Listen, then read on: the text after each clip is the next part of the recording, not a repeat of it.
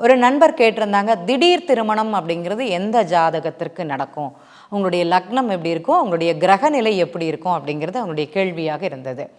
இப்போ பார்த்தீங்கன்னா 12 பாவங்களுக்கும் திடீர் திருமணம் அப்படிங்கிறது இருக்கும்.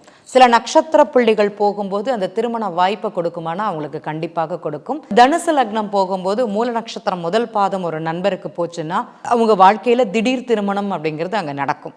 அது ஒரு யோகமாகவே அமையும். நிறைய பார்த்துட்டு இருப்பாங்க, பொண்ணு அமையலை, மாப்பிள்ளை அமையலை, இடம் சரியா இல்லை, வீடு சரியா இல்லை அப்படிங்கிற ஒரு குறை அப்படிங்கிறது இருந்துகிட்டே இருக்கும்.